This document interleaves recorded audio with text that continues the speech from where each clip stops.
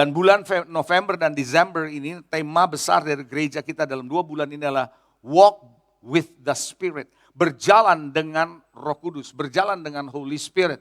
Nah saudara, 2 minggu yang lalu saya sedang berbicara tentang not my will. Kalau Anda mau berjalan bersama dengan Roh Kudus, Anda tidak bisa berjalan kalau Anda bersikeras mau menjalani keinginanmu sendiri. Anda harus ada terjadi transaksi pertukaran antara kehendakmu dengan kehendak Tuhan. Kalau Anda mau berjalan di dalam bersama dengan Roh Kudus. Nah, hari ini saya akan bicara tentang stay tuned in the Spirit. Artinya tetaplah terhubung dengan Roh Kudus. Anda nggak mungkin bisa berjalan bersama Roh Kudus kalau Anda tidak konsisten dalam hubunganmu sama Tuhan. Begitu saudara. Pernahkah Anda waktu Anda telepon, Anda berkomunikasi dengan Anda punya HP, atau Anda lagi Zoom meeting, tiba-tiba sinyalnya hilang? Pernah? Pernah? Apa yang terjadi saudara ketika Anda lagi asik ikut Zoom meeting, Anda tahu orang lagi ngomong, sinyal hilang, Anda nggak dengar apa yang dia ngomong. Dan lalu kemudian nyambung lagi baru Anda bisa dengar. Apa yang terjadi? Ada bagian yang dia lagi bicara hilang dan Anda nggak ngerti, Anda cuma tahu yang pertama terus sama yang berikutnya yang waktu nyambung. Sehingga ada yang hilang ini Anda harus asumsi apa yang dia ngomong. Nah kalau asumsinya betul masih mending, perkiraannya betul masih mending. Yang sering terjadi adalah kita asumsikan ternyata nggak tepat. Nah ketika hubungan saudara dengan Roh Kudus tidak konsisten, yang terjadi akan seperti itu saudara. Sehingga Anda dengar awalnya tetapi di tengahnya Anda nggak dapat. Lalu Anda dengar lagi yang missing ini Anda harus menerka-nerka. Nah ketika terkaan-terkaan ini terjadi, yang sering terjadi adalah kita salah langkah. Kita salah milih saudara. Pernahkah juga Anda melihat di YouTube saudara kalau streaming seperti ini. Terjadi saudara antara saya ngomong, mulut saya ngomong dengan suara saya nggak nyambung. Itu namanya speed dari internetnya beda. Nah ketika speednya beda terjadi lag namanya. Sehingga apa yang dia ngomong sama suara dengan bibir diucapkan tidak sama. Sehingga terlambat, pernah lihat gitu saudara? Nah tahukah saudara hal yang sama ketika Anda punya speed dengan Roh Kudus tidak sama, yang terjadi seperti itu. Anda tidak bisa nangkap penuh dan gak nyaman Anda berjalan bersama dengan Roh Kudus seperti itu. Oleh karena itu kenapa tema hari ini saya bicara bahwa Anda harus tetap terhubung dengan Roh Kudus dari waktu ke waktu. Gak bisa gitu saudara. Anda harus tetap terhubung, gak bisa putus-putus saudara. Itulah sebabnya kenapa kalau Anda punya mobile wifi, Anda harus selalu bawa di kantong saudara, betul? Sehingga Anda connect terus dengan wifi saudara. Hal yang sama Bapak Ibu Saudara, hari ini saya mau ajak saudara tetaplah terhubung dengan Tuhan. Coba bilang sebelah saudara gini, tetap terhubung dengan Roh Kudus. Sekali lagi katakan tetap terhubung dengan Roh Kudus. Saudara, tahukah saudara, ayatnya Alkitab berkata, Paulus sudah berkata kepada jemaat di Tesalonika, dinasehatkan agar tetap terhubung dengan Roh Kudus. Caranya apa dia katakan? Tetaplah berdoa. Pernah baca ayat itu? 1 Tesalonika 5:17 dikatakan tetaplah berdoa. Di dalam terjemahan bahasa Inggris New King James Version itu dikatakan begini, bahwa pray without ceasing. Berdoalah tanpa henti. Berdoa tanpa henti, coba perhatikan sini. Berdoa tanpa henti dengan tetaplah berdoa mirip artinya. Betul? Tapi kalau Anda baca keduanya beda ya. Beda nggak kira-kira? Tetaplah berdoa sama berdoa tiada henti sebenarnya sama pengertiannya. Tapi kalau Anda baca, Anda perhatikan berdoa tanpa henti itu lebih dahsyat isinya. Daripada sekedar tetaplah berdoa. Betul saudara? Berdoa tidak henti itu artinya nggak putus-putusnya Anda berdoa. Nah Rasul Paulus sedang mengajarkan untuk Anda bisa tetap terhubung dengan Roh Kudus. Doa pribadimu penting. 2 orang doang yang ngerti. Saya mau beritahu sama saudara, doa pribadimu penting. Nah orang Kristen suka lucu, berkat Tuhan mau, kesembuhan Tuhan mau, pertolongan Tuhan mau, jalan keluar Tuhan mau, saudara, bisnis berkembang mau, diberkati mau, berhasil mau, tapi doanya nggak mau. Maksud saya bukan di sini. Bukan, di mana? Di sana sini begitu. Nah saudara yang dikasih Tuhan, tanpa disadari, kita cuma mau terima berkatnya, tapi kita nggak mau cari hubungannya. Cannot.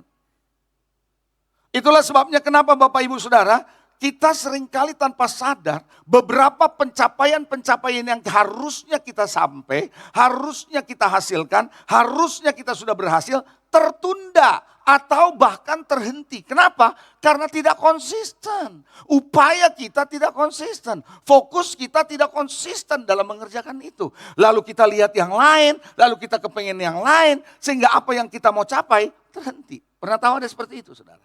Nah, apa yang terjadi? Janji-janji Tuhan seringkali terhenti, seringkali tidak terjadi dalam hidup kita. Karena kenapa? Karena kita tidak konsisten.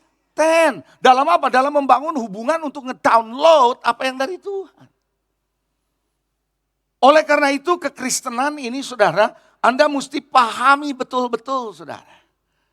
Makanya saudara, ada ayat dalam Markus 14 ayat yang ke-38 berkata begini. Berjaga-jagalah dan berdoalah.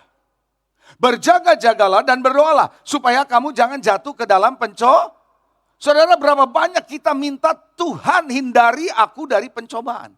Sulit buat Tuhan untuk menghindari Anda dari pencobaan kalau Anda sendiri nggak mau berjaga-jaga.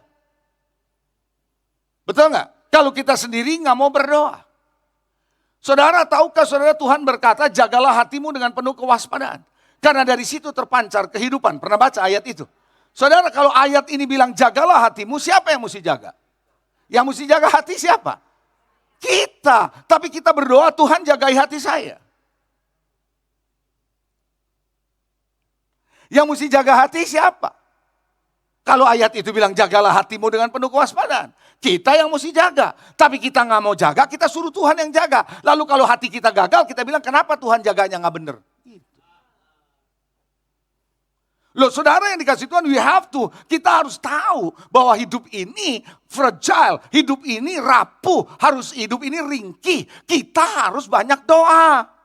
Itu sebabnya saya dorong Anda, Bapak Ibu Saudara, Anda bukan cuma sekedar seru kalau ngomong soal berkat, seru kalau soal ngomong apalagi kesembuhan, tapi Anda harus juga seru kalau ngomong doa. Loh banyak orang saudara lemes kalau doa, tapi kalau udah ngomong berkat seger. Nggak boleh begitu. Anda harus tahu bahwa sumber berkatmu ada pada Tuhan. Yang setuju katakan amin. Nah, ayat itu lanjut berkata begini. Roh memang penurut. Roh itu penurut. Tapi daging lemah. Nah saudara jangan biarkan daging saudara yang lemah ini tidak dilatih untuk tidak ditaklukkan. Sehingga pada akhirnya roh yang nurut ini nurutin daging. Kalau roh menurutin daging, maka Anda akan disconnect dengan Holy Spirit. Karena Tuhan berkata keinginan roh bertentangan dengan keinginan daging. Karena keduanya memang tidak pernah sama. Itu sebabnya Bapak Ibu Saudara, kalau kita tahu, kalau menurut saya, ini yang menurut saya ya. Saya merasa kedatangan Tuhan ini udah deket banget ini. I'm serious, saya deket banget ini. Ada banyak hal yang bakal terjadi di hari-hari ke depan. Yang Anda nggak pernah prediksi. Yang Anda capai hari ini akan ketinggalan, akan ditinggal. Bisnismu ditinggal, kekayaanmu ditinggal. Pertanyaannya adalah bagaimana dengan kehidupanmu? Halo? Kemarin ini saya sempat melayani di sebuah gereja. Setelah ibadah saya diajak makan siang. Saya jarang-jarang saudara kalau habis ibadah diajak sama panitianya atau pendetanya untuk makan tuh saya jarang ikut. Tapi nggak tahu hari itu saya diajak saya ikut makan. Sementara lagi ngobrol, tanyalah pendetanya sama saya. Pak, dia tidak full time, pendeta ini tidak full time. Dia bilang, Pak kira-kira menurut Bapak bagaimana perkembangan gereja hari ini? Saya tanya sama dia, Bapak mau tahu saya punya pendapat pribadi atau gimana? Pendapat Bapak pribadi. Pendapat saya pribadi, saya sudah pernah sharing di gereja ini, tapi saya mau sharing lagi barangkali ada yang lupa atau ada yang baru datang. Suatu hari saya bilang, saya lihat cucu saya lagi main di rumah. Saya cerita dulu ya, saya bilang gitu dari cucu saya karena dari sini saya dapat hikmat Tuhan. Cucu saya lagi main, terus ditawarin makan sama omanya, dia nggak mau makan. Dia asik dengan mainnya. Dia nggak mau makan, dia main terus, dia nggak mau makan. Lalu tiba-tiba Tuhan bicara kepada saya. Mana yang esensi buat anak ini sebenarnya? Makanlah buat kesehatan dia, betul? Esensi anak ini makan untuk menjalankan hidupnya. Tapi dia tidak makan karena mainannya. Betul. Lalu saya bilang, Tuhan, saya udah tahu nih sekarang gini, mau dibawa kemana sebenarnya ngomongan ini Tuhan. Lalu Tuhan berkata kepada saya, berapa banyak orang yang ada di dunia bisnis dan dunia kerja asik dengan mainannya. Tapi lupa dengan esensi hidupnya. Hidupnya itu berasal dari aku, kata Tuhan. Tapi mereka main dengan mainan yang aku berikan kepada dia. Waduh. Lebih tertarik dengan mainan ketika ada calling of God. Ketika ada sesuatu yang Tuhan mau dalam hidupnya, dia tidak mau. Itu persis kayak cucumu. Lalu Tuhan masuk lebih lanjut. Hal yang sama dengan gereja. Nah di situ saya masuk, saya ngomong sama pendeta ini. Sama gembalanya ini. Sama halnya dengan gereja. Gereja asik dengan mainannya. Bikin mainan baru, cari mainan baru. Cari hal yang baru untuk membuat permainannya jadi lebih asik. Esensi jemaat tidak diurus. Esensi orangnya tidak dibangun. Dan di situ saya katakan, ketika gereja asik dengan mainannya, cilaka loh saudara. Halo, paham kan nih kira-kira? Coba yang ngerti lambaikan tangan. Saudara asik dengan ministrinya, asik dengan pelayannya. Itu adalah permainan yang Tuhan berikan. Bagaimana dengan orangnya?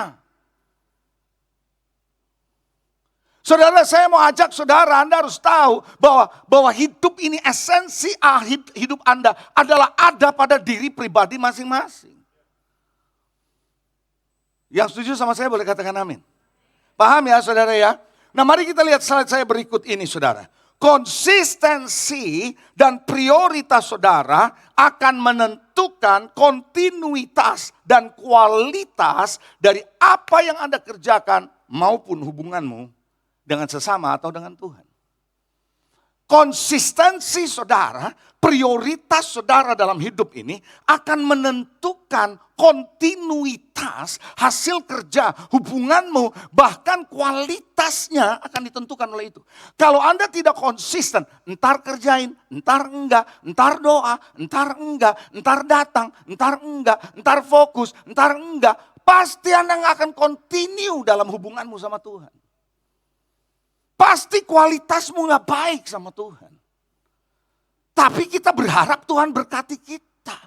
Ada yang gak beres di situ. Betul atau enggak? Kalau Anda berharap saya bisa nolong saudara, Anda gak peduli hubungan dengan saya. Yang penting Anda cari pertolongan dari saya. Ada yang gak beres dengan Anda. Ayo, betul apa enggak begitu? Loh iya dong, Anda mau tahu bahwa saya bisa tolong saudara ini, ambil contoh saya. Saudara tahu saya bisa tolong. Yang Anda mau cari cuma pertolongan saya, hubungan dengan saya nggak diurusin. Ya nggak bener lah. Hal yang sama, kita minta Tuhan tolong kita, tapi kita nggak urusin hubungan kita sama Tuhan. Something is wrong. Ada yang nggak beres saudara. Kita harus konsisten, coba bilang konsisten. Saya tanya ya, saya bikin pertanyaan Anda jawab di hati saudara ya. Boleh? Nggak usah Anda jawab, cuma saya nanya doang. Saya suka bertanya. Supaya saudara mikir. Siap mikir? Berapa banyak di antara saudara hari ini? Yang hadir maupun yang menonton melalui streaming. Masih konsisten. Berdoa sungguh-sungguh. Kepada Tuhan setiap hari. Anda nggak usah jawab. Anda yang tahu kok. Berapa banyak di antara saudara yang masih konsisten berdoa sungguh-sungguh. Bukan cuma cuap-cuap. Tapi doa sungguh-sungguh tiap hari datang sama Tuhan. Berapa banyak sih yang masih konsisten? Yang tahu saudara. Kalau Anda kepengen berkat yang konsisten, lalu kita tidak konsisten, kita tetap minta Tuhan konsisten, ada yang gak beres sama kita. Betul gak? Berapa banyak sih di antara kita yang masih konsisten melibatkan Tuhan atau nanya Tuhan waktu Anda sekolah, waktu Anda kuliah, Anda nanya sama Tuhan, Anda doa, Anda libatkan Tuhan dalam semua perkuliahan saudara. Berapa banyak Anda yang kerja, berapa banyak Anda yang bisnis, berapa banyak Anda yang di keluarga, yang melibatkan Tuhan, masih konsisten libatkan Tuhan, nanya Tuhan dalam pekerjaan, dalam bisnis, dalam keluarga. Berapa banyak Anda yang dalam pelayanan masih konsisten melibatkan Tuhan.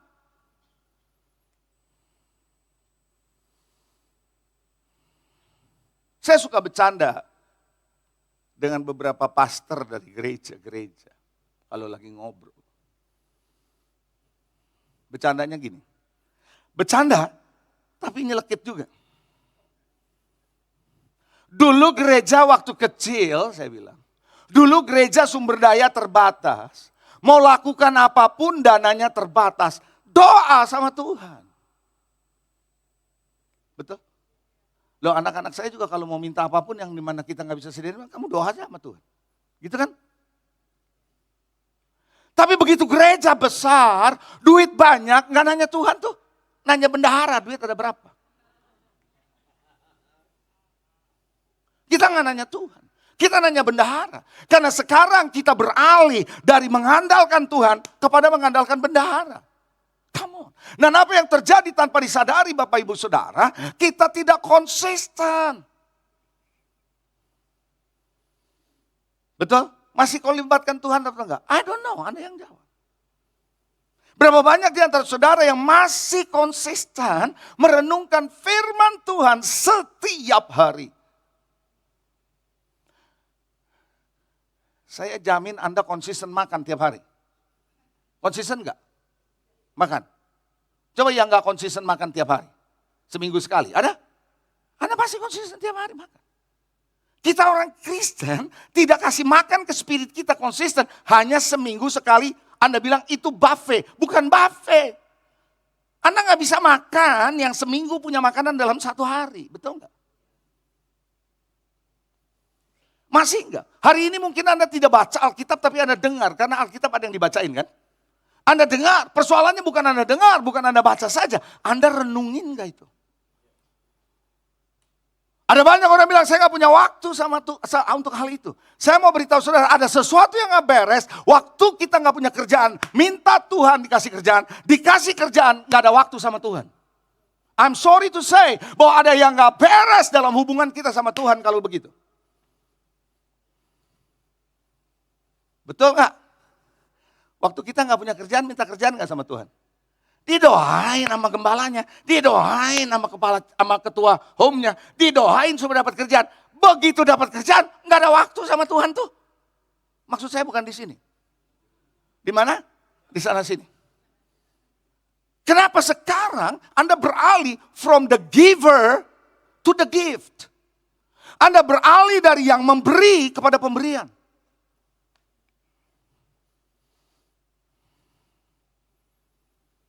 Halo? Anda paham?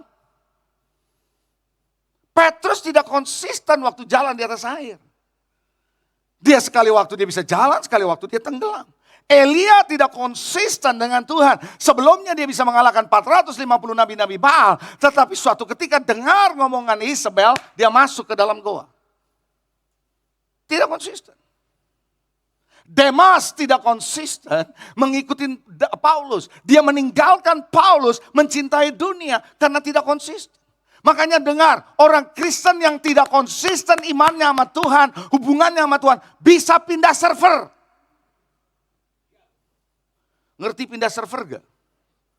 Anda tidak lagi supply from Jesus, Anda terima supply dari tempat lain.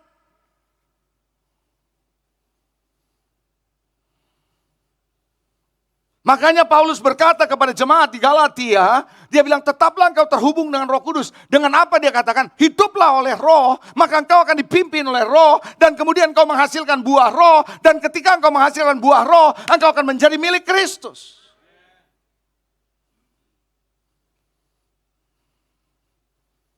Katakan amin. Saudara, kekristenan itu bukan cuma hadir di gereja. Oke, tadi pagi saya nggak ngomong, nggak tahu kenapa nih, siang ini saya ngomong. Agak tajam nih, mau denger? Mau? Yang siap katakan amin dong.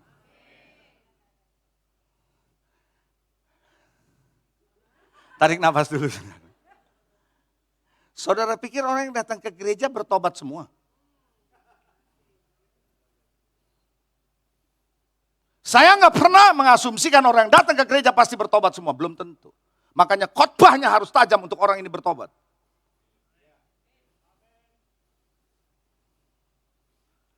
Haleluya. Tapi bilang sebelah saudara, tapi kamu kayaknya bertobat sih. Coba bilang.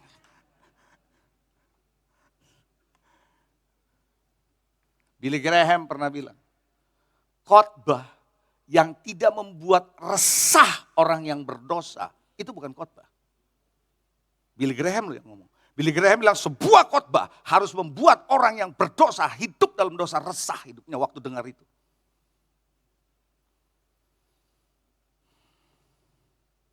Kita lihat slide berikutnya. Lihat slide ini. Ketika kita tidak lagi berjalan dengan Roh Kudus, kita tidak konsisten lagi connect to the Holy Spirit, maka sangat besar kemungkinan saudara dan saya tidak lagi berjalan menurut pimpinan Roh Kudus, tapi berjalan menurut pengertian sendiri. Dan jangan heran akan jadi sama dengan dunia. Saudara, kalau Anda nggak jalan mengikuti tuntunan Tuhan, gak bersama dengan Tuhan, udah cukup lama. Saya yakin kemungkinan besar Anda akan jalan mengikuti kehendakmu, pengertianmu. Dan jangan heran Anda akan zaman seperti dunia. Makanya jangan heran Anda bilang sama orang, kayaknya dia dulu aktif di gereja. Kenapa dia jadi begini sekarang? Pergeseran tidak terjadi dalam 24 jam.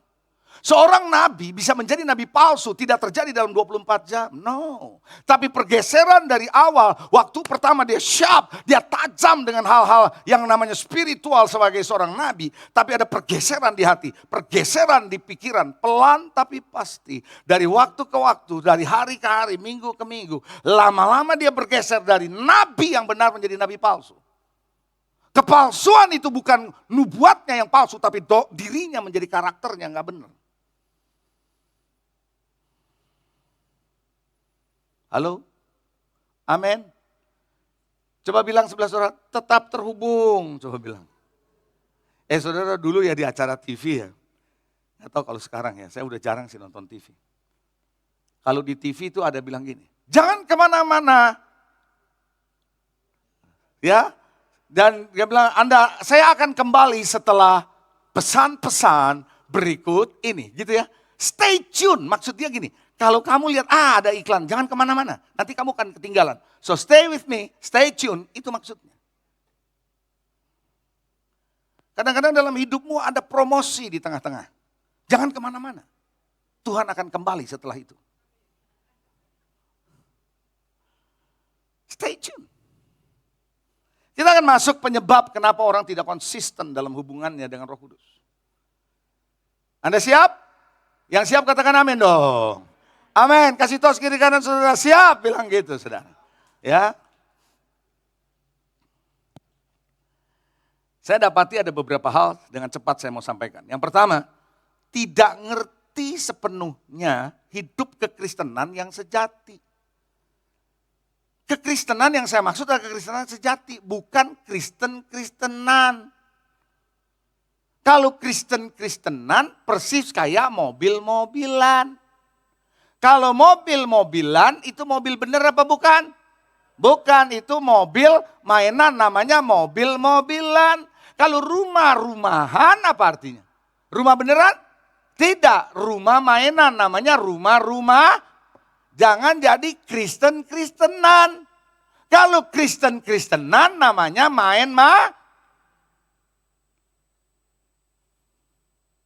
Nah saudara, kalau Anda mau nggak konsisten, orang tidak konsisten dengan Tuhan, karena nggak ngerti kekristenan itu sebenarnya apa. Saya sampaikan sama saudara gini, Kekristenan itu bukan cuma sekedar keputusan Anda terima Yesus sebagai juru selamat. Itu cuma awal. Kekristenan bukan cuma sekedar hadir dalam ibadah dan menikmati atmosfer ibadah. Walaupun itu baik dan perlu, tapi bukan sekedar itu. Kekristenan bukan sekedar terlibat dalam pelayanan. Walaupun itu penting, kekristenan yang sejati bukan cuma alami berkat, alami pertolongan. Tidak. Kalau Anda cuma bilang yang penting saya sudah ke gereja, itu orang Kristen, makanya Anda punya hubungan sama Tuhan bisa putus-putus. Ngerti gak saudara? Karena Anda anggap kekristenan cuma itu. Kekristenan itu sama dengan pelayanan. Saya sudah melayani, cukup, gak ada cerita saudara.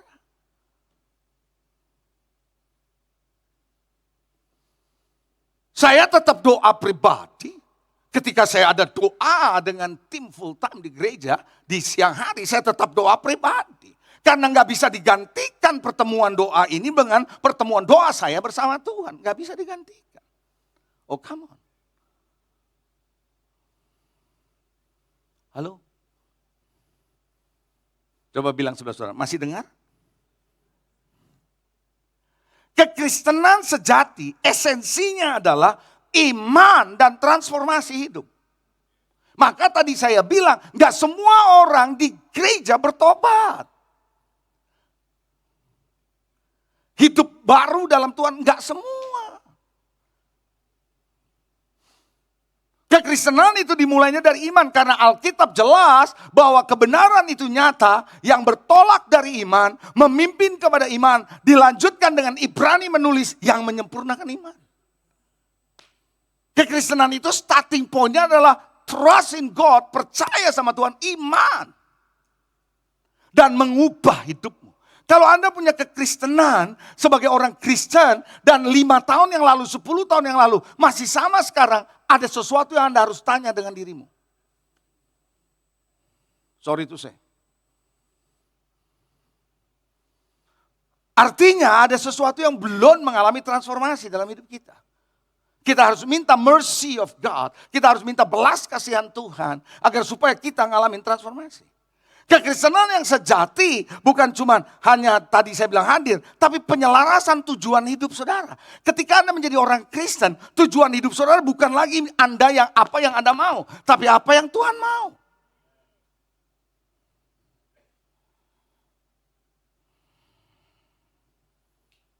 Kekristenan yang sejati, Anda harus memahami apa itu karier, apa itu panggilan.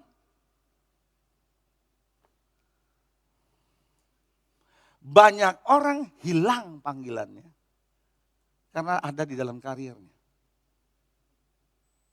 Dan saya mau beritahu saudara satu rahasia, mau dengar? Waktu Anda mati ketemu Tuhan, Tuhan nggak nanya karier, Tuhan nanya mana panggilan. Tanggung jawab itu lebih berat. Saya ulangi sekali lagi. Anda harus bedakan mana karier dan bisnis yang Anda kerjakan dengan the calling of God. Kita bisa beda karier, kita bisa beda bisnis, tapi calling kita semua anak Tuhan. Sama untuk menyatakan kerajaan Allah dan kehendak Allah di bumi seperti di surga. Paham gak nih? Coba yang paham katakan amin. Esensi kekristenan yang sejati, Anda adalah membangun mezbah, bukan membangun panggung. Kadang-kadang kita membangun panggung bisnis kita, panggung karier kita, panggung pelayanan kita. Kita lupa bangun mezbah di mata Tuhan yang dilihat adalah mezbahmu sama dia. Tahukah saudara ketika Nuh dengan segala banjir yang begitu besar, air bah, begitu surut, apa yang dilakukan oleh Nuh pertama kali? Bangun mezbah. Kenapa dia bangun mezbah? Karena dia tahu hidup ini datangnya dari Tuhan. Masihkah Anda lihat hidupmu berasal dari Tuhan atau berasal dari dunia ini? Masihkah Anda melihat hidup saudara bisa hidup karena Tuhan atau karena kariermu? This is important. Jangan sampai kita tidak punya waktu untuk hidup karena asik dengan mainan. Coba yang ngerti lambaikan tangan.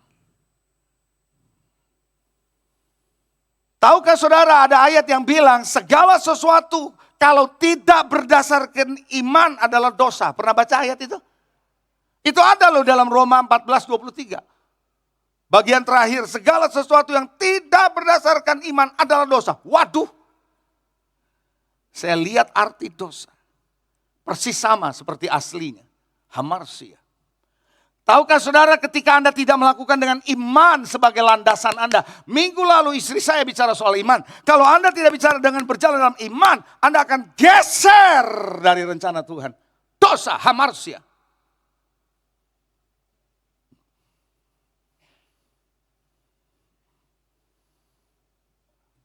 Siapa yang percaya sama Tuhan? Angkat tangan. Sungguh? Setan juga percaya, bro. Loh, ada ayatnya.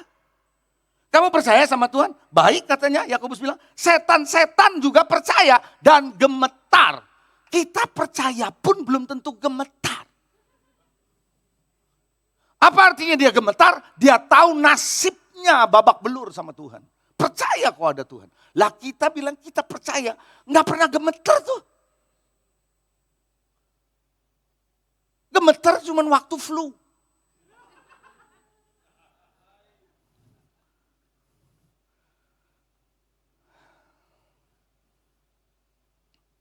Tahukah saudara, orang Kristen tiap minggu datang ke gereja dengar khotbah yang bagus? Good. Tapi nggak bisa ya, Anda dengar khotbah dengan telinga doang. Kalau dengerin istri, kalau ngomong, nggak bisa pakai telinga doang. Betul bapak-bapak? Yang baru ikut Zion Marriage Camp. Anda harus dengar dengan hati. Kata Pastor Levi, kasih hati, kasih telinga. Asik. Mana Ibu Debbie, berbahagialah Anda punya suami.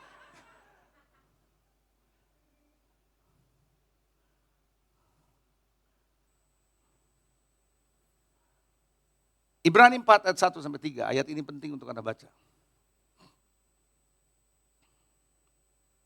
Ibrani 4 ayat 1-3. Sebab itu baiklah kita waspada supaya jangan ada seorang di antara kamu yang dianggap ketinggalan. Sekalipun janji akan masuk ke dalam perhentiannya masih berlaku. Karena kepada kita diberitakan juga kabar kesukaan. Sama seperti kepada mereka. Tetapi perhatikan baik-baik. Firman pemberitaan itu tidak berguna buat mereka. Walaupun mereka dengar firman itu. Kenapa tidak berguna? Karena tidak bertumbuh. Kenapa tidak bisa bertumbuh? Karena tidak bertumbuh bersama-sama oleh iman dengan mereka yang mendengarnya. Jadi kalau Anda dengar khotbah dengan pemberitaan firman bukan cuma pakai telinga. Anda harus punya iman percaya. Ketika firman yang Anda dengar di mix dengan imanmu sama Tuhan, itu tumbuh. Masihkah aku punya iman? Makanya Yesus bilang waktu aku datang kedua kali, apakah aku jumpa iman?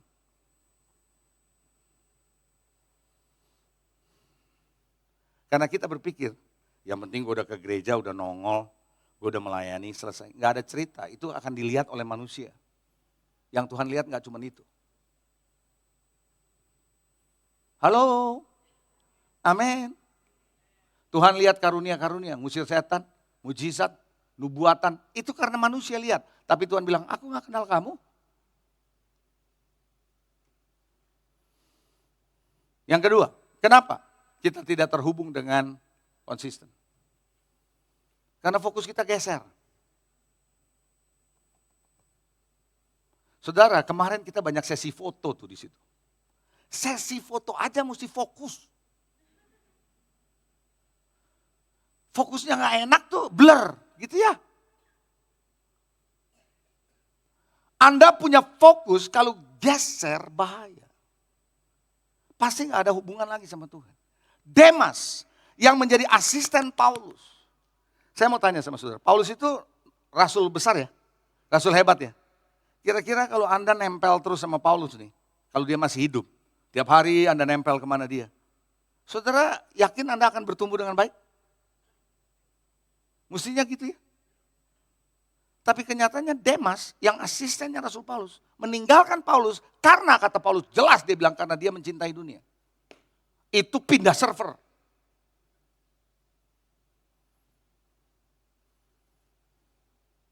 Kok bisa? Karena geser fokus. Saudara tahu Esau geser fokus? Dia lebih mementingkan brand the bond. Tahu brand the bond? Kacang merah. Lebih tertarik dengan porsi kacang merah daripada hak kesulungannya. Dia bilang apa artinya ini? Dia terjadi fokus yang bergeser. Bileam bergeser. Bileam itu nabi. Tahu nabi? Tapi karena hatinya condong kepada hadiah, Tuhan sudah bilang jangan pergi ke kemah itu, ke kemah musuh. Tetap dia ngotot. Dia naik keledai. Keledai itu di depan lihat malaikat. Keledai itu berhenti tidak berani jalan karena ada malaikat menghunus pedang. Bileam tidak lihat, keledai lihat. Jadi yang nabi siapa?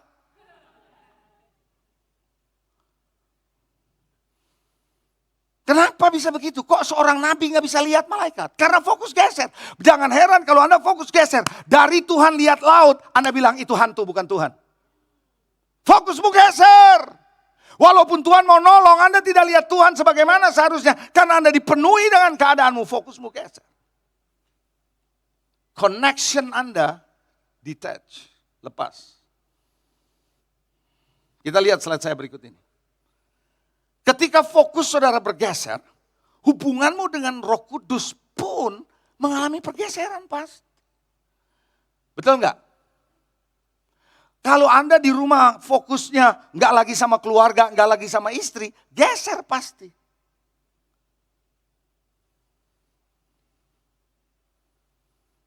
Betul? Ketika hati dan pikiran bergeser, prioritas kita juga geser. Makanya Alkitab bilang di mana ada hartamu berada, di situ hatimu berada. Hatimu akan condong ke mana Anda invest. Yang ketiga, kenapa kita tidak bisa connect? Pengejaran kita keliru. Kita ngejar yang salah. Demas ngejar dunia, tadi saya sudah katakan, saudara. Nah ini ada ayat ini menyeramkan sebenarnya. Dan ini terjadi di akhir zaman.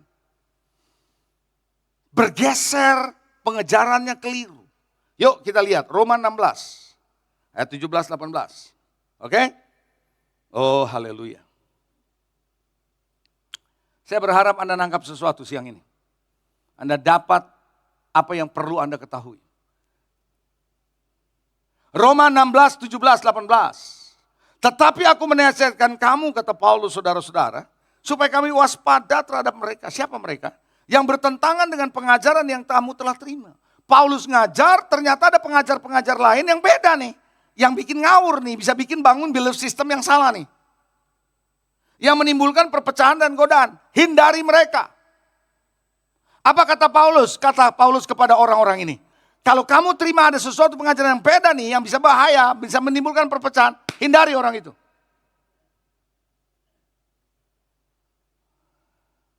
Dulu belum ada YouTube. Kalau kita sekarang, makin dikasih tahu bahaya, makin penasaran. Makin diuber di YouTube. Makin geser yuk.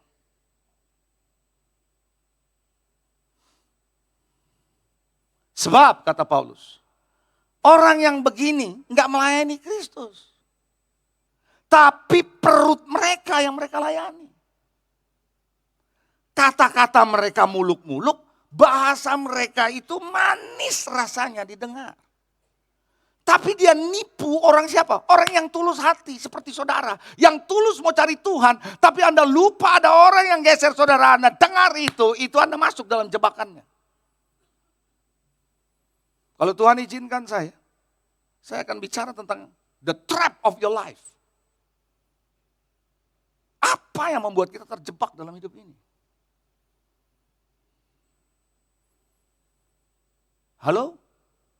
Gak semua sites atau situs Anda bisa lihat. Termasuk YouTube.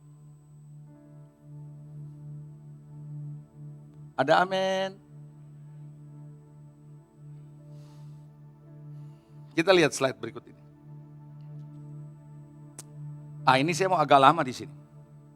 Untuk jelasin sedikit, agak lama tuh maksudnya ada penekanan. Kejarlah Tuhan di dalam karier dan bisnis. Bukannya ngejar karier dan bisnis dalam Tuhan. Ngerti gak kalimat ini? Yang ngerti lambaikan tangan, angkat tangan. Kejar Tuhan di dalam karier dan bisnismu. Bukannya kejar karier dan bisnis di dalam Tuhan. Ngerti bedanya? Kalau Anda ngejar Tuhan di dalam karier dan bisnis, maka waktu Anda berkarier, waktu Anda berbisnis, Anda kepengen ngalami Tuhan, mau ketemu Tuhan di dalam pekerjaanmu, di dalam bisnismu. Tuhan menjadi nomor satu dalam karier dan pekerjaanmu dan bisnismu. Tapi kalau Anda ngejar karier dan pelayanan di dalam Tuhan, Anda berdoa supaya bisnismu diberkati. Anda berdoa supaya persoalan bisnismu diberkati. Setelah itu selesai.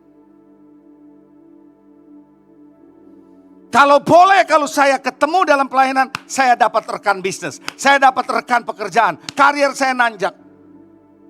Itu bedanya. Siapa yang ngerti? Coba lambaikan tangan. Nangkep gak? Anda harus mulai cari Tuhan. Waktu Anda berkarier, waktu Anda berbisnis, you find God.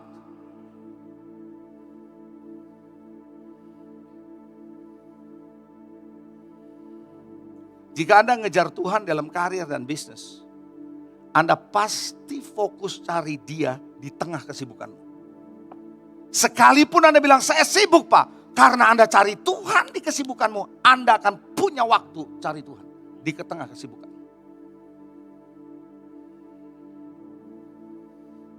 Bukan dibalik-balik. Berapa banyak orang datang sama Tuhan minta ada bisnis dan pekerjaan karena itu yang dia cari. Begitu dapat kerjaan dia nggak tahu lagi punya waktu sama Tuhan. Orang yang mengejar Tuhan dalam karier dan bisnisnya akan ngatur waktu untuk jumpa dengan Tuhan dan layani Tuhan di tengah kesibukannya. Itu baru Anda cari Tuhan dalam bisnis dan dalam karier. Halo? Coba Anda ngerti maksud saya? Di waktu di bank, sesibuk apapun saya selalu cari celah bagaimana saya bisa cari Tuhan. Gak ada yang suruh saya puasa karena saya belum jadi pendeta. Tapi saya selalu ambil puasa seminggu sekali minimal. Untuk apa? Supaya saya bisa keluar di siang hari sepertinya saya lagi makan siang. Bos saya lihat saya. Oh dia keluar makan siang. Tidak, saya bukan makan siang, saya puasa. Tapi saya cari tempat untuk saya bisa baca buku. Saya cari toko buku untuk saya bisa cari buku-buku untuk bisa mempersiapkan saya. Saya belum jadi pendeta.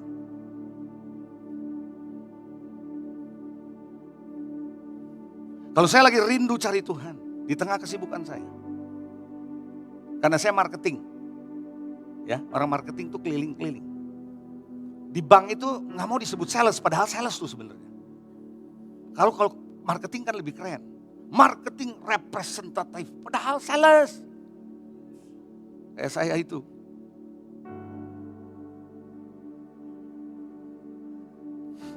Karena siang hari saya mau cari Tuhan, nggak mungkin ya. Saudara mau tahu, saya kunjungi nasabah. Saya cari waktu kunjungi nasabah yang di sekitar Jakarta Barat. Setelah saya kunjungi, saya segera ke rumah saya. Saya ambil gitar saya naik ke atas, saya nyembah. Di tengah kesibukan saya bisa cari waktu cari Tuhan. Saya belum pendeta, tapi saya punya hati untuk Tuhan.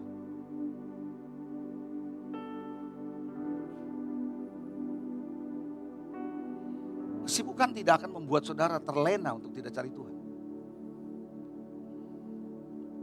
Sebaliknya, jika Anda ngejar karier dan bisnis dalam Tuhan, Anda pasti fokus cari karier dan bisnis, betul nggak? Di tengah ibadah dan pelayananmu.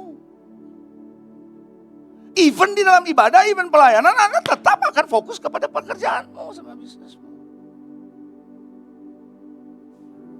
Anda menjadi sibuk dan tidak ada waktu untuk berjumpa dengan Dia dan melayani Dia. Karena Anda apa? Anda carinya karier. Carinya bisnis di dalam Tuhan.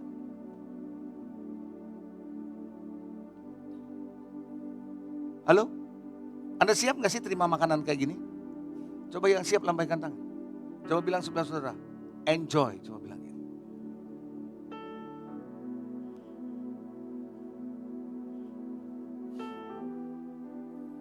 Ada seorang bernama Elisa. Di tengah kesibukannya dengan 12 lembu. Dia yang di ke-12 lagi kerja. Sibuk loh, sibuk. Elia datang lempar jubah. Dia tahu ini panggilan. Kok bisa? Saya percaya waktu saya baca itu. Elisa bukan cuma kerja. Tapi dia juga punya fokus untuk tahu Tuhan. Cari Tuhan. Begitu datang panggilan, dia move on. Semua itu kayu-kayu yang dia pakai untuk menjadi, waktu dia menjadi seorang yang dengan lembunya. Itu dipotong kayu jadi kayu bakar. Dia forget for the past. Dia ikut jadi hambanya Elia. Where is your heart? Yang keempat, kenapa Anda tidak bisa terhubung? Sibuk. Coba bilang sibuk. Sibuk ini sekarang jadi new normal. Tahu new normal enggak? Bukan cuma new normal, wajar. Bahkan sekarang orang mau kelihatan sibuk, walaupun gak sibuk. Kok lu pulang pagi-pagi sih, jam 4 udah pulang, diketawain pintu lo gitu.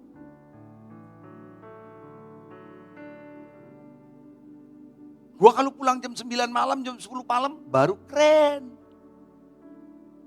Itu is a new normal. But it is not normal.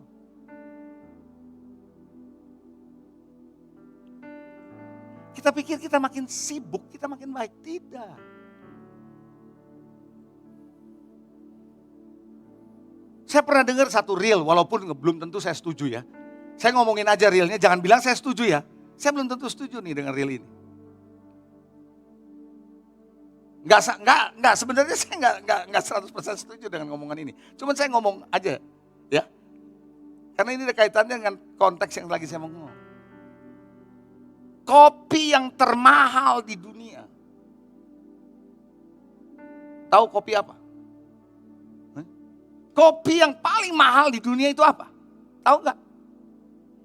Kopi luwak? Bukan.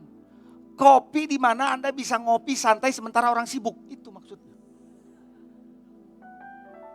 Itu kopi yang paling mahal. Orang lagi sibuk dengan kerjaan warawiri. Anda bisa ngopi. Itu kopi termahal. Menurut dia. Saya beritahu saudara, di tengah orang sibuk, Anda bisa punya waktu sama Tuhan. Itu keren itu. Pertanyaan saya, bisa nggak Anda berkata cukup? Bisakah Anda berkata cukup? Enough is enough.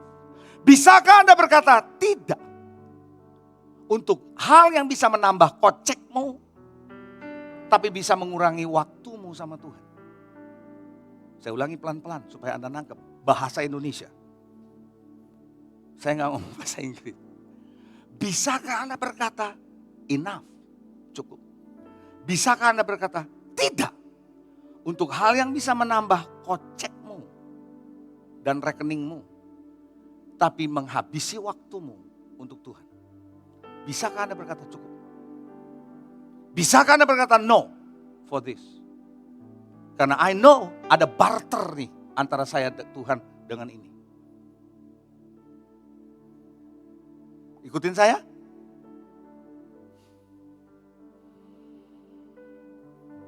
Saya kasih kesaksian. Pemilik gedung ini. Saya paling tidak lumayan lah, dekat juga sama pemilik gedung ini. Suatu hari nggak tahu gimana lagi ngobrol-ngobrol, dia belum seperti sekarang besar. Tapi kita sudah pakai ruangan ini. Lagi obrolan sana sini, ketemu sama dia. Pak, kalau bisa sebelum waktu jam 5. Kenapa? Saya mesti segera pergi. Kemana Pak? Ke gereja. Doa puasa. Biasa sebelum Pentakosta. Bapak puasa lah. Oke, kita duduk ngobrol. Entah gimana lagi ngobrol-ngobrol soal pelayanan. Dengar ya. Kalau dia ada tugas keluar kota, Kamis, Jumat atau Jumat, Sabtu, Minggu, Senin, dan seterusnya dia mesti keluar kota. Tapi dia tahu Minggu dia tugas. Dan selalu dia, Sabtu malam pasti pulang. Dia cerita. Bapak pasti pulang. Ngapain? Karena Minggu saya tugas. Terus, habis tugas selesai, sore saya terbang balik untuk ngerjain pekerjaan saya. Dalam hati saya, ini bukan cuma 1 jempol, 2 jempol. Cerita ini bukan nama saya, sama seorang gembala di Amerika dia cerita yang sama. Teman saya cerita sama saya, itu hebat itu bos. Bagi dia, Tuhan dan rumah Tuhan itu penting. Saya enggak heran kalau Tuhan juga ikut memberkati dia, menghargai dia. Kalau kita lain, nanggung sekalian Minggu nggak usah. Kayaknya Anda nggak ngerti apa yang saya maksud.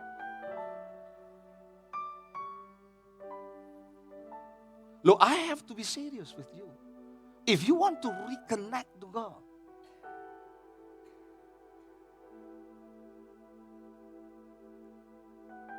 kalau tadi pemilik gedung, saya kasih kesaksian dengan saya.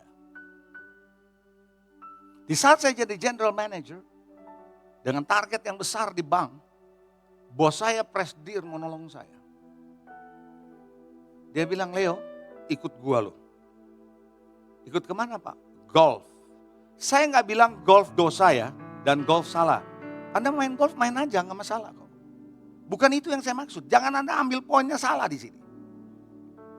No, it's not about the golf. Dia bilang main golf. Karena saya tahu pada waktu itu yang main golf jarang kayak sekarang banyak anak muda. Itu dulu bos-bos tuh, CEO, pejabat-pejabat, ngerti gak? Temen bos saya ini kenal sama banyak pejabat. Di lapangan golf lah banyak informasi bisa dapat bisnis. Lo ikut gua. Jam berapa Pak?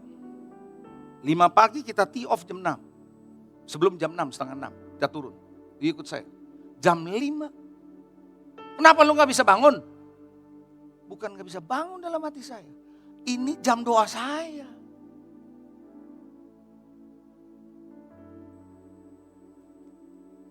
Saya harus ambil decision. Bos saya mau nolong target marketing saya dengan ngajak saya golf. Tapi di sisi saya lain, saya harus korbankan hubungan saya sama Tuhan. I have to make a choice. Saya bukan pendeta nih. Come on. Saya ambil keputusan. Sorry Pak. Karena itu jam doa saya. Oh lu pendeta. Dia bilang gitu saudara.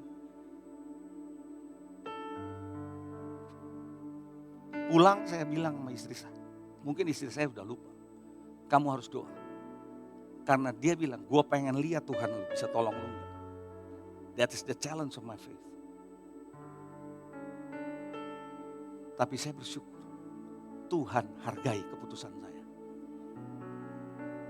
My question, bisakah Anda berkata cukup dan tidak kalau ada terjadi barter dengan waktumu sama Tuhan?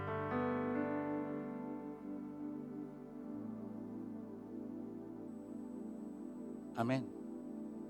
Tuhan tuh sumber hidup. Bisnismu duit hanya sumber daya yang bisa kamu bisa melanjutkan hidup. Tapi tanpa ada kehidupan dari Tuhan udah mati.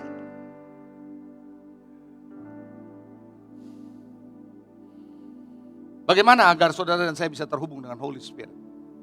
Anda mau stay tune? Siapa yang mau stay tune? Angkat tangan. Saya berharap Anda dengar pesan ini bukan cuma sampai hari Minggu ini. Renungkan baik-baik. It is good for you. Bagaimana agar Anda tetap terhubung dengan Holy Spirit? Yang pertama, dengar baik-baik. Siap? Sela secara konsisten. What is sela? Alkitab kalau Anda baca di kitab Mazmur banyak ada kata sela. Selah adalah waktu di mana Anda harus diam sejenak, berhenti untuk tidak lakukan apapun. Izinkan Tuhan intervensi, izinkan Tuhan fokusmu bergeser kembali kepada Tuhan. Selah. Seperti kalau Anda lagi nyanyi perlu tarik napas gak? Masa nyanyi terus ada tarik napasnya? Nggak ada orang berenang terus 1 jam di bawah di kolam renang bolak-balik nggak pernah kepalanya muncul. Nggak ada.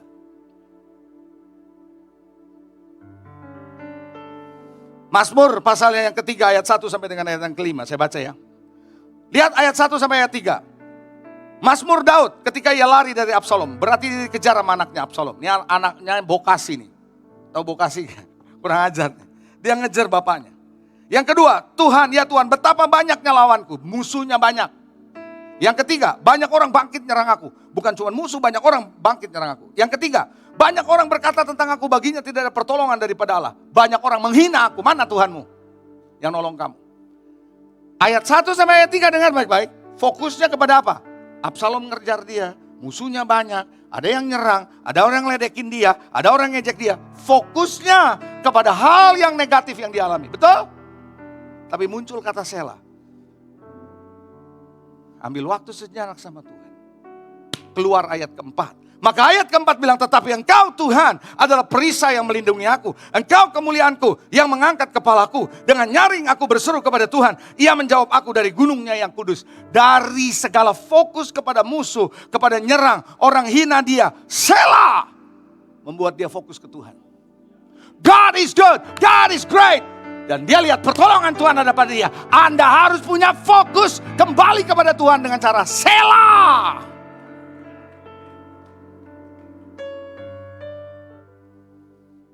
Kalau saya janji sama teman-teman, sama nasabah saya makan siang. Jam 12, saya jam 11 sudah datang ke restoran. Bukan kepengen lihat menu duluan. Saya cari tempat yang paling ujung. Saya buka my Bible. Selah. Saya buka buku saya. Selah. Every time. Waktu Anda pergi ke airport, Anda tahu ada pesawat tertunda. Buka tasmu. Buka bacaan bukumu. Selah.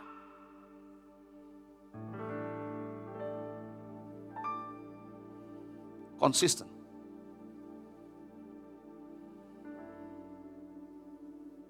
Ada amin? Waktu Anda selah, Anda sedang mengizinkan Tuhan mengintervensi dalam hidupmu. Menyelaraskan kembali fokusmu. Coba bilang selah. Yesus berhenti setelah hari ke-6. Selah.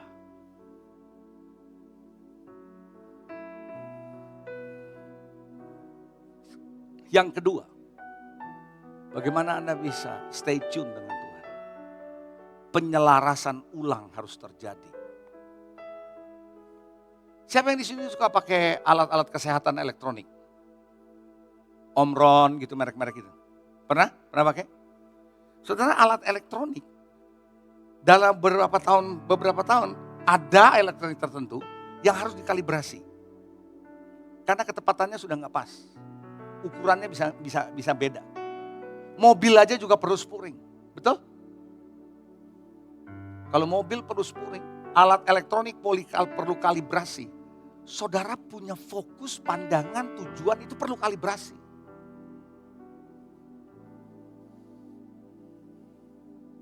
Nggak mungkin kita bisa stay tune kalau kita nggak pernah punya kalibrasi sama Tuhan.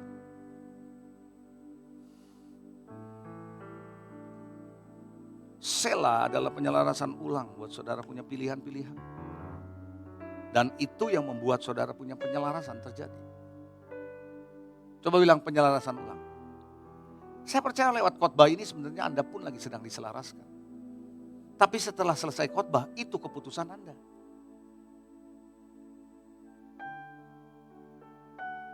Bukan siapa yang khotbah yang menentukan Anda. Tapi apa reaksi dan respons Anda setelah dengar khotbah. Mau Benny Hinn yang khotbah tiap minggu, nggak ada gunanya. Walaupun solihin, Anda bisa diberkati. It's not about who is the preacher. Betul nggak? Yang ketiga, kuasai diri. Paulus berkata dalam kitab Roma 12 ayat 3. Hendaklah kamu menguasai diri menurut ukuran iman. Jangan memikirkan hal yang terlalu tinggi. Pernah baca ayat itu? Apa maksudnya Paulus? Anda harus punya kendalian diri. Keinginanmu kelewat banyak. Harus punya kendalian diri. Apalagi udah deket Natal ini. Saya kasih tahu saudara, diskon 70% banyak di mana-mana. Dan dia akan panggil dari kedalaman kepada kedalaman dompetmu.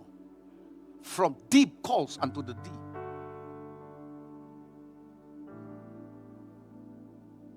Keinginan kita untuk mengejar dunia, keindahan dunia, itu yang membuat saudara dan saya tanpa sadar.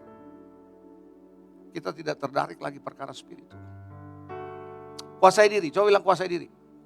Saya mau tanya, keinginan kita ada habisnya enggak? Enggak ada habisnya, enggak ada batasnya. Kalau Anda sudah mencapai tertentu, Anda kepengen yang lebih, pengen yang lebih. Itu kayak apa? Narkoba itu. Terakhir yang keempat. Latih dirimu untuk beribadah. Kalau Anda mau tetap stay tune dengan Tuhan, latih dirimu ibadah. 1 Timotius 4 ayat 7 bilang, jauhilah tahyul dongeng nenek tua. Latih dirimu beribadah. Coba bilang latih. Coba bilang latih. Kata latih bahasa aslinya itu adalah gymnazo yang artinya sama dengan gym. Nge-gym. Nge-gym artinya kedisiplinan seorang atlet. Ibadah itu harus latihan. Latihan itu adalah kedisiplinan seperti seorang atlet.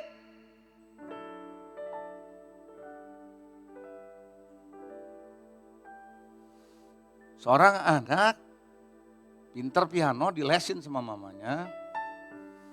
Mamanya mau anaknya jadi pemain piano yang jago. Cari guru yang paling bagus. Suatu hari mamanya suka lihat. Dia bilang, "Ma, hari ini aku nggak latihan piano. Kenapa? Hujan gede, Ma." Mama bayar les sejam mahal, tahu udah dibayar di muka. Udah mama anterin kamu. Yang penting kamu les. Leslah dia. Hari Minggu mau ibadah. Hujan gede. Anaknya bilang, "Ma, nggak usah ke gereja lah hari ini. Hujan gede." Ya, sama mama juga enggak. Gitu.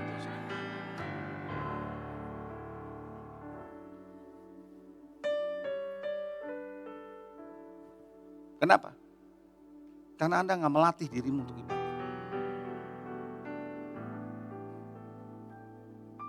Sejak saya kemarin ke Korea, sampai pulang 2 minggu lebih, saya nggak ke gym. Begitu saya ke gym, badan saya sakit semua. Saya bilang istri saya, but I still do it.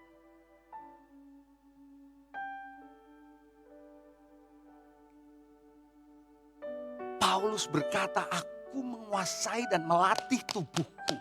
Jangan sampai aku yang sudah memberitakan Injil, aku ditolak. Kenapa? Daging itu lemah. Daging maunya sui jiao. Tahu sui jiao enggak? Soimuk. Tahu soimuk enggak? Tidur. Enak selimutan. Oh haleluya.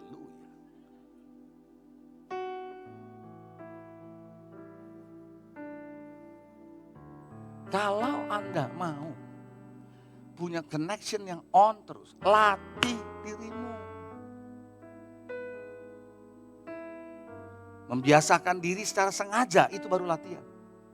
Kalau latihan gak disengaja, itu bukan latihan. Random.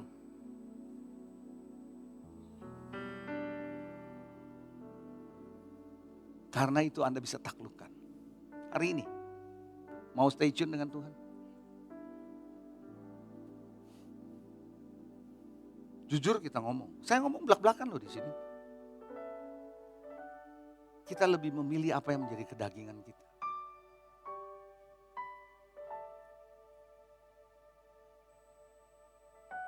Kita lebih enjoy dengan relax. Bukan berarti nggak boleh.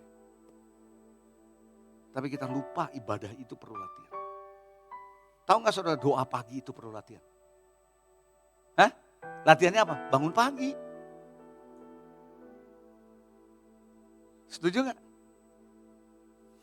Waktu saya kerja di bank, saya doanya pagi, bukan malam. Latihannya, jam 4 pagi harus bangun.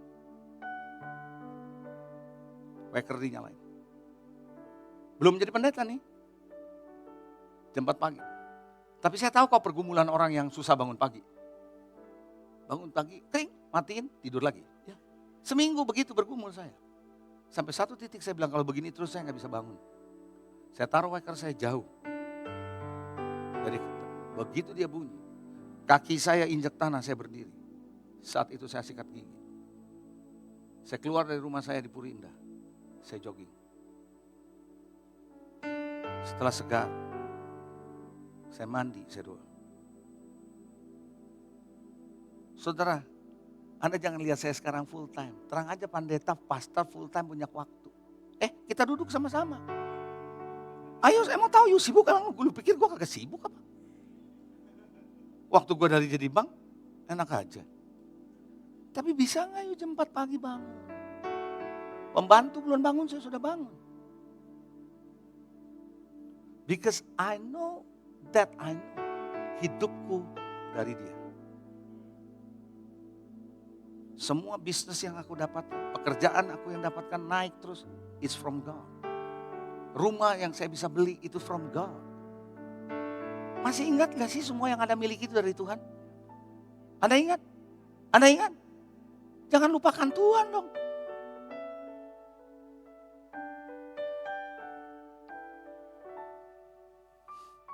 Latih dirimu ibadah. Yang setuju katakan amin. Sedikit nyenggol ya, terakhir ya. Boleh gak? Kalau latih ibadah, latih dirimu untuk ibadah. Datang ibadah jangan telat. Itu nyenggol terakhir tuh.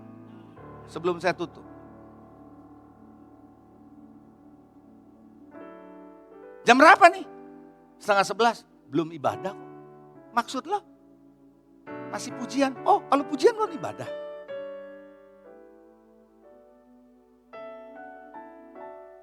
Jam 8 belum ibadah. Maksud lo?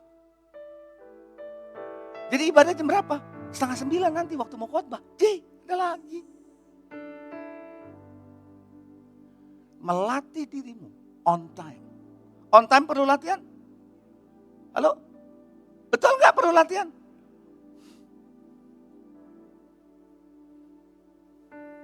Itu sebabnya, karena saya sudah terlatih. Bukannya untuk membanggakan, karena saya terlatih. 5:30 saya sudah harus keluar dari rumah. Masuk ke kolam renang.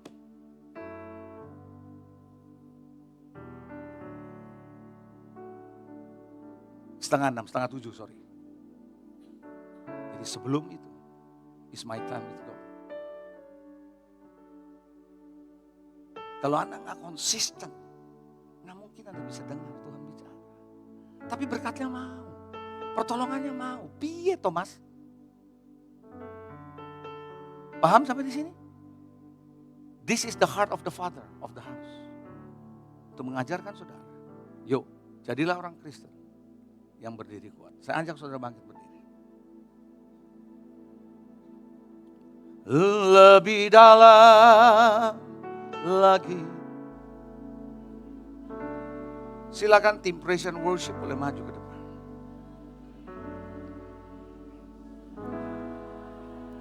Ada lebih dalam lagi ku cinta kau Yesus, ku mengasihimu.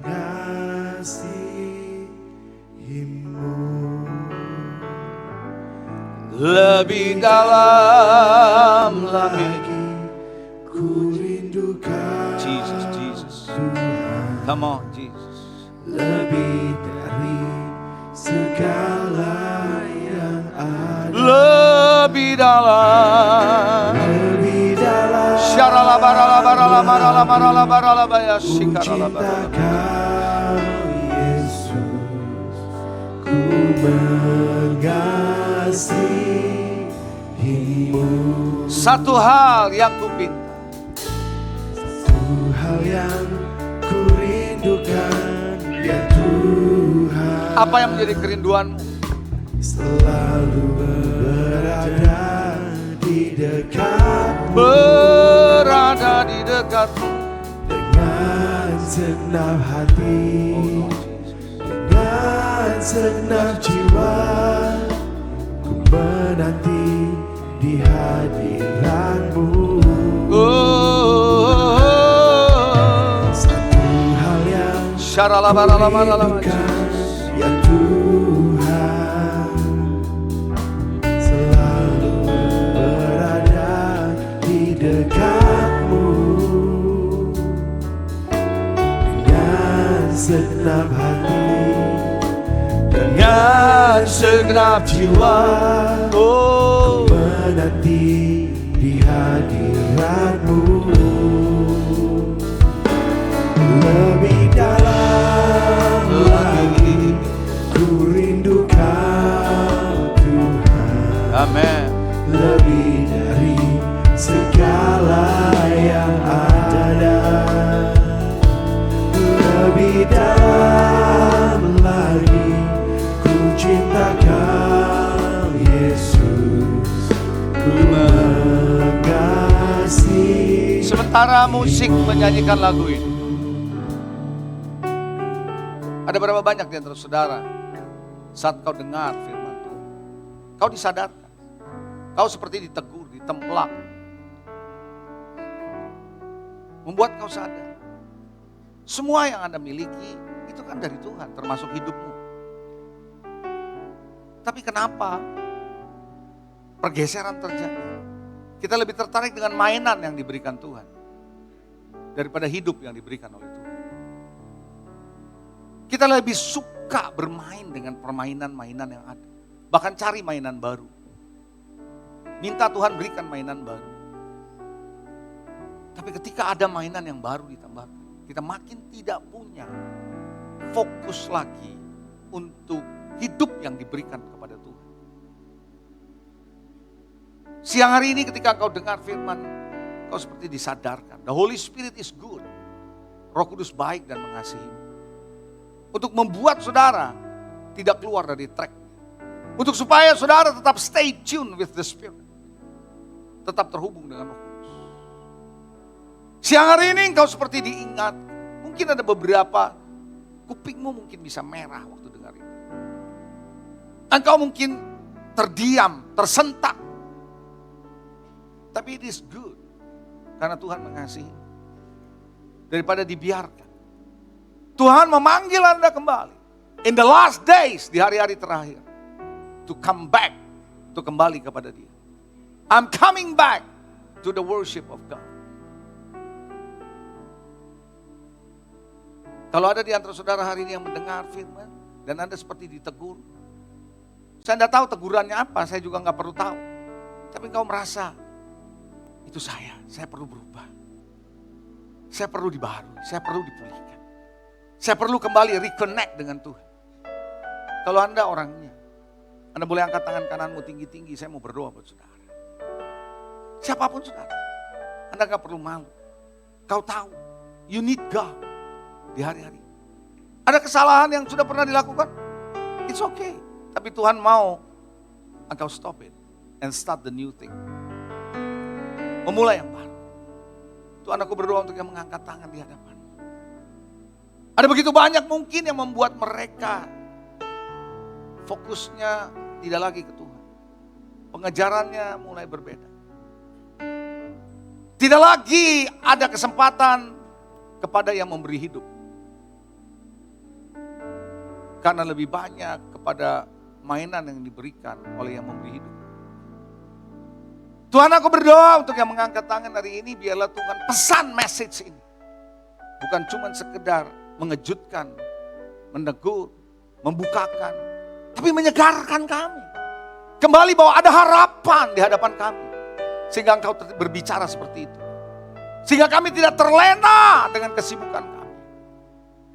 Tapi kami mulai punya sela di tengah kesibukan kami untuk cari Tuhan. Sehingga dengan demikian hidup kami selalu menyenangkan hati Tuhan. Mari Tuhan berkati yang mengangkat tangan. Beri kekuatan untuk melanjutkan langkah mereka di dalam langkah-langkah bersama dengan Tuhan. I thank you Lord Jesus. Kamu berkati.